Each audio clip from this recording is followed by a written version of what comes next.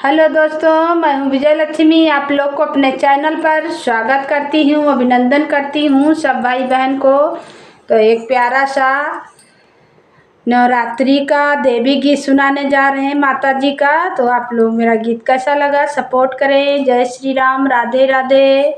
ओ मैया कहवा लगायू बड़ी देर, भवनवा में आवो चली। देवी कहवा लगायू बड़ी देर, भवनवा में आवो चली।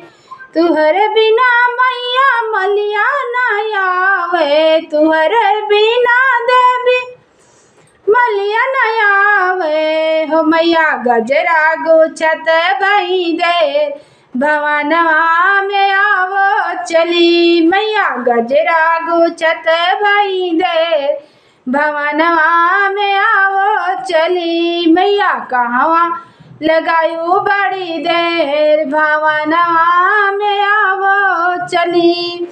तोहर बिना मैया कहरा न आवे, तुहर बिना देवी कहरा न आवे।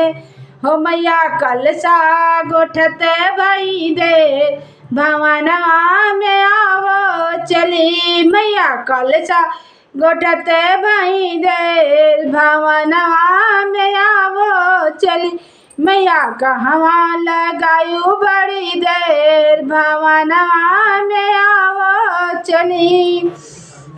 तुहर बिना मैया बज जवान आवे, तुहर बिना बज जवान आवे। हो मैया चुनरी रंगत भई देर, भवनवा में आवो चली। मैया चुनरी रंगत भई देर, भवनवा में आवो चली। मैया कहवा लगायू बड़ी देर, भवनवा में आवो चली। तुहर बिना मैया सुंदरा न आवे, तुहर बिना मैया सिंदूरा न आवे। हो मैया बिछुआ गढ़ते भई देर, भवनवा में आवो चली। देवी बिछुआ गढ़ते भई देर, भवनवा में आवो चली।